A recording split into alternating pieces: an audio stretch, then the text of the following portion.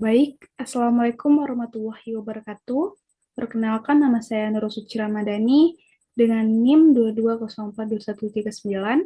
Di sini saya akan menjelaskan hasil dari tugas penelitian saya ke lapangan bersama teman kelompok saya, yaitu tugas akhir dari mata kuliah Kebijakan Publik dengan dosen pengampu Ibu Arta Dini Akmal SAP, yang tugas saya berjudul Evaluasi Kebijakan Publik dari Implementasi Standar Nasional Indonesia 8152 tahun 2021 dalam pengelolaan Pasar Alai Kota Padang sebagai pasar rakyat. Sebelum masuk ke dalam evaluasi dari kebijakan publik ini, mari kita soroti dulu tentang implementasi Standar Nasional Indonesia atau SNI 8512 tahun 2021 dalam pengelolaan pasar alai Kota Padang sebagai pasar rakyat. Standar Nasional Indonesia atau SNI merupakan standar yang ditetapkan oleh pemerintah untuk berbagai hasil produksi yang dibuat oleh masyarakat Indonesia, baik itu diproduksi secara perseorangan maupun yang diproduksi oleh sebuah badan atau perusahaan. Standar Nasional Indonesia ini bisa diterapkan berbagai bidang, salah satunya di bidang perdagangan, khususnya kegiatan perdagangan di pasar rakyat. Pengelolaan pasar alai sendiri mengacu pada Standar Nasional Indonesia atau SNI 8152 tahun 2021 yang mencakup persyaratan umum, teknis, dan pengelolaan. Standar ini menerapkan 8 prinsip pengelolaan, yaitu efisien, efektif, produktif, akuntabel, kepentingan umum, berwawasan lingkungan, tanggung jawab sosial, dan serta gotong royong. Pasar alai ini merupakan contoh dari keberhasilan penerapan SNI di Kota Padang, karena telah berhasil mendapatkan berbagai prestasi seperti juara 1 dalam lomba pasar rakyat bersih tingkat Sumbar 2021 untuk kategori pasar yang dikelola pemerintah daerah. Selain itu, pasar ini unggul dalam 32 dari 42 indikator penilaian dan juga mendapatkan penghargaan pasar tertib ukur atau PTU. Pengimplementasian Standar Nasional Indonesia 8152 tahun 2021 dalam pengelolaan pasar alai Kota Padang sebagai pasar rakyat ini dikaji dengan menggunakan teori implementasi George C. Ward dengan 4 indikator penilaian, yakni komunikasi, sumber daya, disposisi, dan juga struktur birokrasi. Yang pertama yaitu indikator komunikasi, yang harus dilakukan dengan tepat, akurat, dan konsisten, agar para pembuat keputusan dan para implementor konsisten dalam melaksanakan setiap kebijakan yang diterapkan dalam masyarakat. Menurut pandangan Edward ketiga dalam Budi Winarno tahun 2008, menjelaskan bahwa proses komunikasi kebijakan dipengaruhi 3 hal penting, yaitu transmisi, kejelasan, dan konsistensi. Yang kedua yaitu indikator sumber daya, yang berkaitan dengan aset yang perlu dimiliki organisasi, baik aset dalam bentuk bahan dasar atau raw material yang digunakan untuk menghasilkan barang atau jasa, maupun aset yang berupa orang, finansial, bakat manajerial, keterampilan, dan kemampuan fungsional. Ketiga yaitu indikator disposisi, yang merupakan respon implementor terhadap kebijakan yang dilaksanakan atau bisa juga dikatakan karakteristik yang dimiliki implementor dalam melaksanakan kebijakan ini untuk mendorong terwujudnya tujuan ini. Lalu yang keempat atau yang terakhir yaitu indikator struktur birokrasi, di mana George C. Edward ketiga tahun 1980 menjelaskan bahwa dalam implementasi kebijakan diperlukan struktur birokrasi yang memiliki standar operating procedure atau SOP yang dapat mengatur alur kerja di antara pelaksana, khususnya jika program yang dilaksanakan melibatkan lebih dari satu instansi. baik setelah membahas terkait implementasi standar nasional Indonesia tanggal atau nomor 8152 tahun 2021 dalam pengelolaan pasar alai di Kota Padang sebagai pasar rakyat. Selanjutnya adalah terkait faktor yang mempengaruhi implementasi standar nasional Indonesia 8152 tahun 2021 dalam pengelolaan pasar alai Kota Padang sebagai pasar rakyat. Berdasarkan hasil temuan di lapangan, faktor yang mendukung implementasi kebijakan adalah komunikasi dan sumber daya, komitmen, dan SOP birokrasi yang baik. Tentu saja, kebijakan yang diterapkan sudah sesuai dengan harapan masyarakat dan tidak ada permasalahan. Bagi mereka yang mengimplementasikan kebijakan ini, penyampaian dalam program tentunya masyarakat jelas mendapatkan manfaat dari kebijakan ini. Dilihat dari implementasi standar nasional Indonesia 8152 tahun 2021 dalam pengelolaan pasar alai Kota Padang sebagai pasar rakyat, para pedagang akan mendapat informasi yang berkaitan dengan penilaian SNI. Informasi yang akan disampaikan seperti adanya sistem zonasi, penyediaan sampah mandiri, atau masing-masing pedagang dan lain-lainnya. Dan disposisi masih belum memadai, karena komitmen birokrasi untuk menjaga dan memelihara pasar masih belum terlihat. Serta daya tanggap pedagang terhadap kebijakan masih belum dikatakan optimal. Serta struktur birokrasi berupa SOP sudah terdokumentasi dan mudah diakses. Implementasi Standar Nasional Indonesia atau SNI 8152 tahun 2021 dalam pengelolaan pasar alai Kota Padang sebagai pasar rakyat yang dapat dianalisis menggunakan teori implementasi kebijakan George C. Edward. Lalu untuk sumber daya dalam implementasi Standar Nasional Indonesia 8152 2021 dalam pengelolaan pasar alai Kota Padang masih kurang, terutama terkait dengan sumber daya fasilitas. Sumber daya fasilitas yang menjadi pelengkap dalam implementasi kebijakan itu sendiri yang diperlukan untuk melayani kebutuhan pembeli dan pedagang. Selain itu, kurangnya daya tanggap pedagang terhadap kebijakan Standar Nasional Indonesia 8152 tahun 2021 juga menjadi penghambat dalam implementasi kebijakan Standar Nasional Indonesia 8152 tahun 2021 di pasar alai. Hal ini terlihat dari masih adanya pedagang yang tidak mau dipindahkan sesuai zonasinya.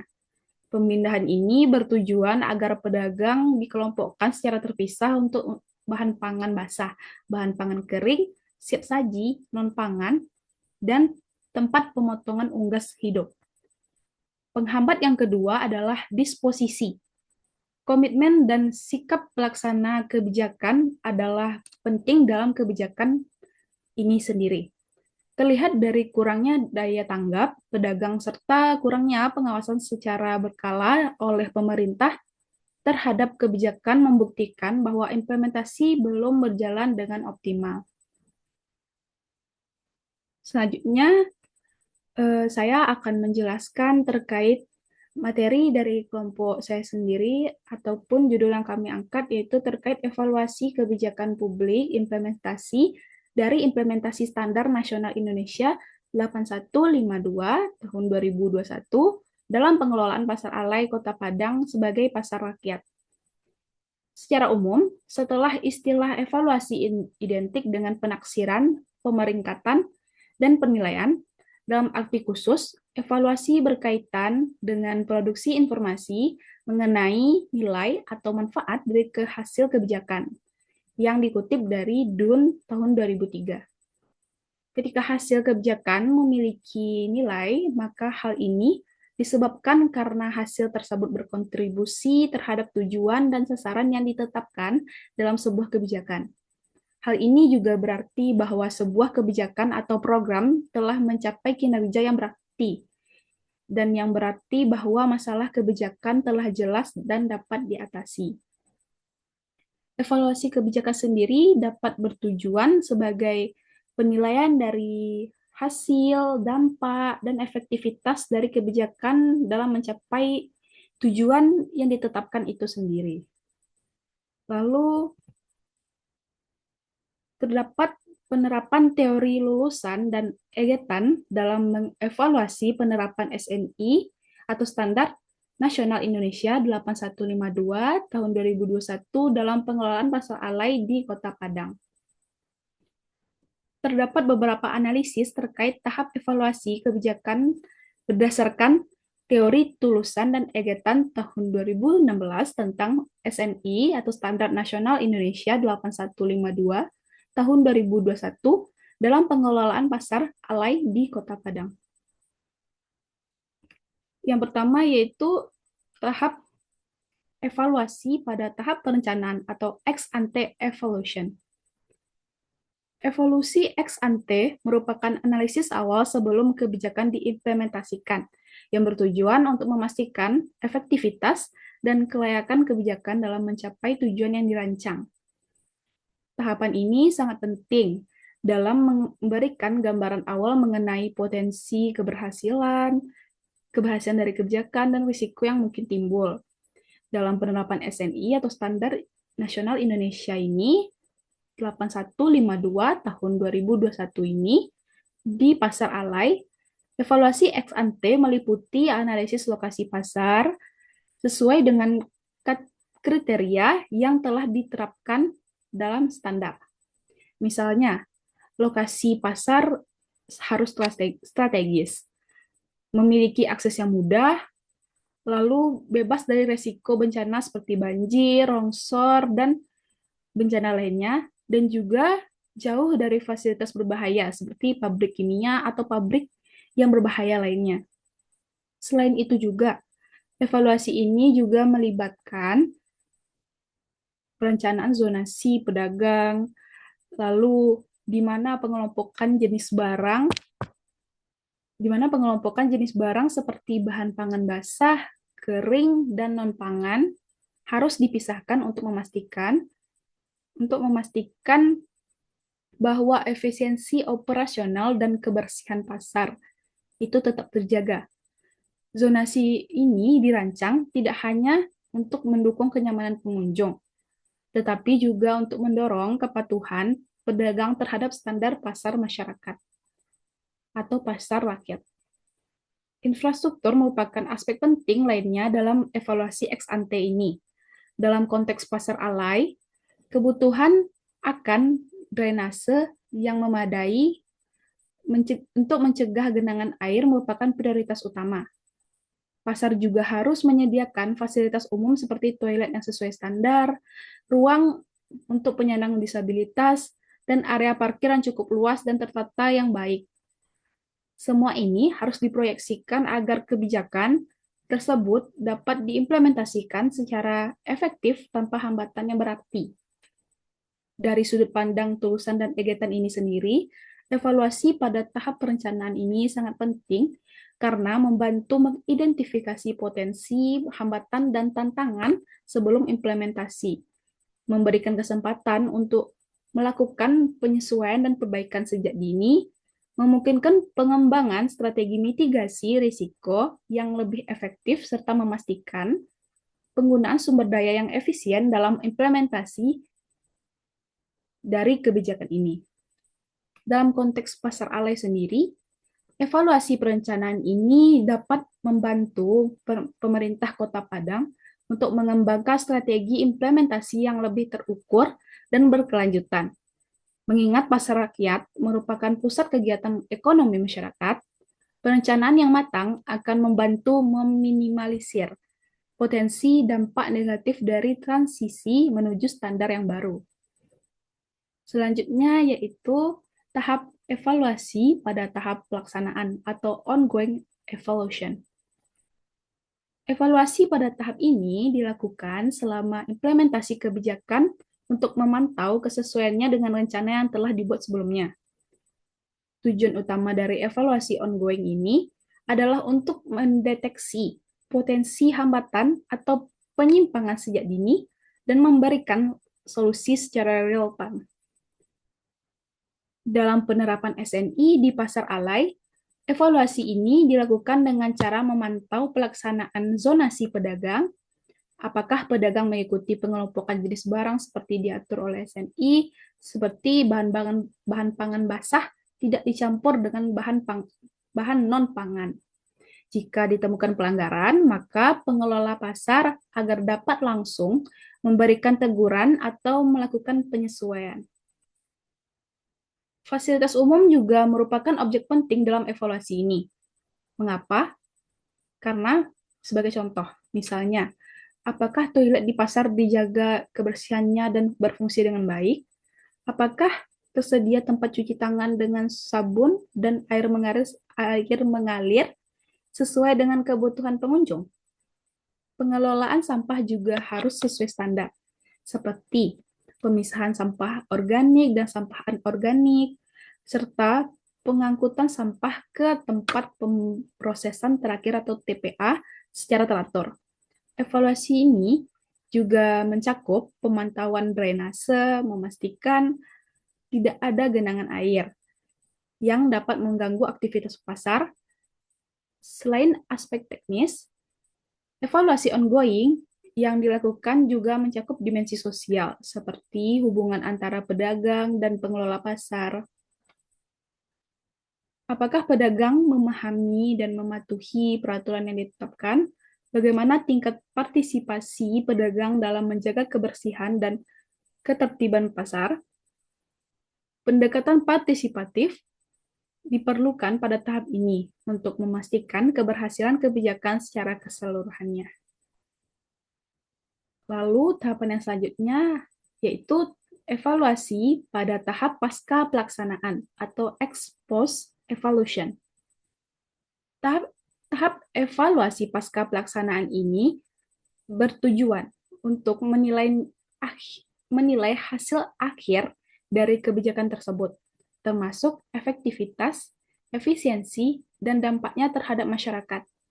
Dalam konteks pasar alay, evaluasi ini dapat mengukur sejauh mana sih penerapan SNI atau Standar Nasional Indonesia 8152 tahun 2021 ini telah meningkatkan kualitas pasar sebagai pusat ekonomi lokal.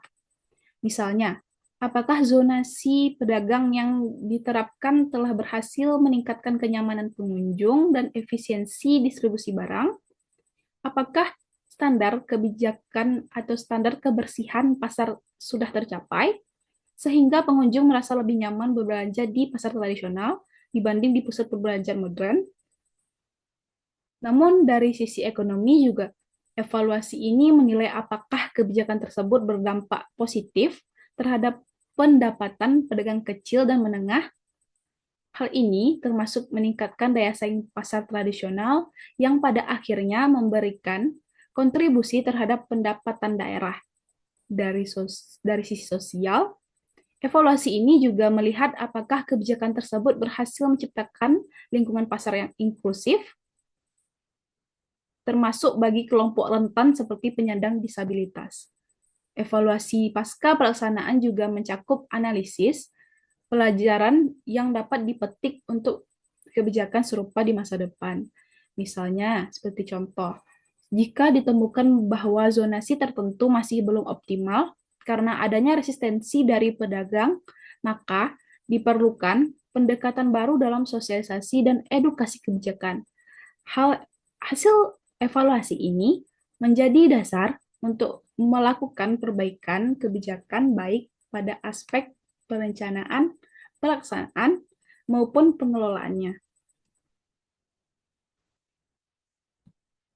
Baik, kita akan lanjut pada pembahasan selanjutnya, yaitu terkait rekomendasi kebijakan terhadap implementasi standar nasional Indonesia tahun 8152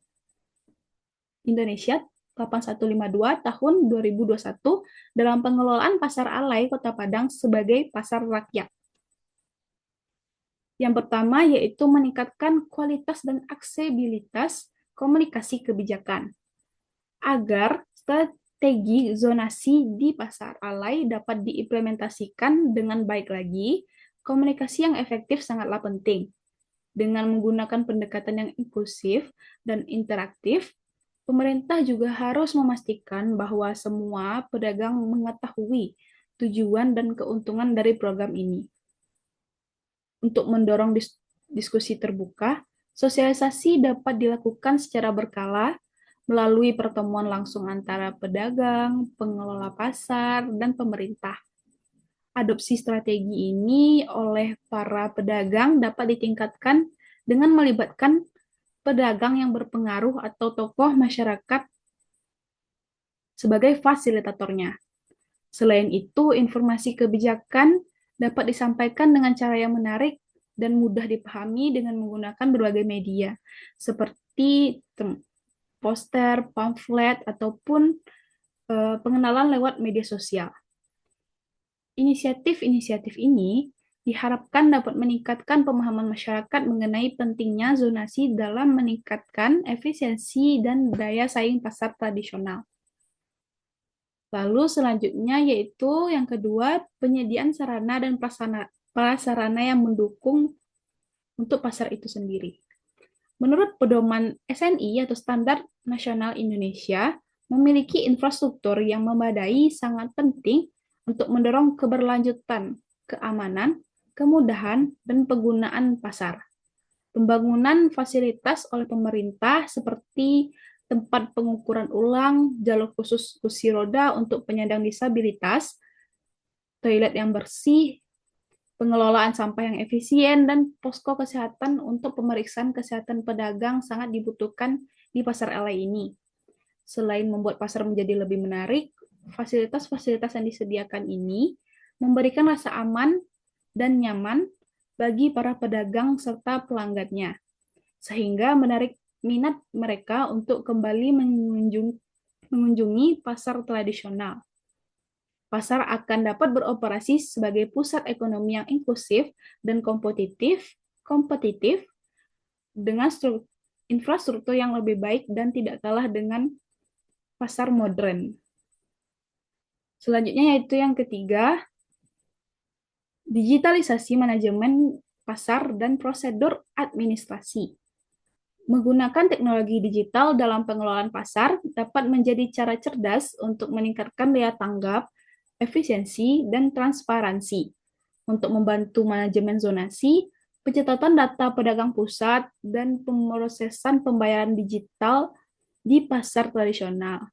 Pemerintah dapat memulai atau membuat aplikasi atau sistem digital, atau bisa juga dengan bekerja sama dengan e-wallet atau semacamnya. Selain itu, pengelola pasar dapat menemukan masalah dengan cepat dan dapat mengambil tindakan yang korektif atau yang tepat berkat digitalisasi ini, yang juga memungkinkan pemantauan dari implementasi kebijakan yang sudah ada secara real time. Pasar yang lebih kontemporer dan terorganisir dengan baik dapat diciptakan dengan menggunakan teknologi ini untuk memungkinkan pedagang dan pembeli mendapatkan informasi tentang kebersihan, jadwal pemeriksaan kesehatan, dan kegiatan pasar lainnya. Lalu, yang keempat yaitu terkait insentif untuk meningkatkan kebutuhan atau meningkatkan kepatuhan dari pedagang. Peraturan zonasi dan standar SNI sendiri dapat ditegakkan secara efektif dengan menawarkan insentif kepada pedagang. Bagi pedagang yang patuh, pemerintah dapat menawarkan insentif seperti pelatihan gratis mengenai pemasaran dan manajemen perusahaan, akses prioritas ke area-area utama pasar, atau biaya sewa kos yang dapat lebih rendah dari biasanya. Selain meningkatkan kepatuhan terhadap peraturan, insentif akan meningkatkan hubungan antara pemerintah dan juga pedagang di pasar ini atau pasar alay ini. Dan juga strategi ini akan dapat mendorong para pedagang untuk berpartisipasi lebih aktif lagi dan lebih aktif dan juga lebih lancar lagi dalam membangun pasar yang lebih kompetitif dan tertata dengan baik. Baik, sudah sampai di penghujung pembahasan atau yang saya jelaskan terkait tugas saya dan tugas akhir ini. Terima kasih sebelumnya. Mohon maaf apabila ada kata-kata yang salah. Saya tutup dengan wassalamualaikum warahmatullahi wabarakatuh.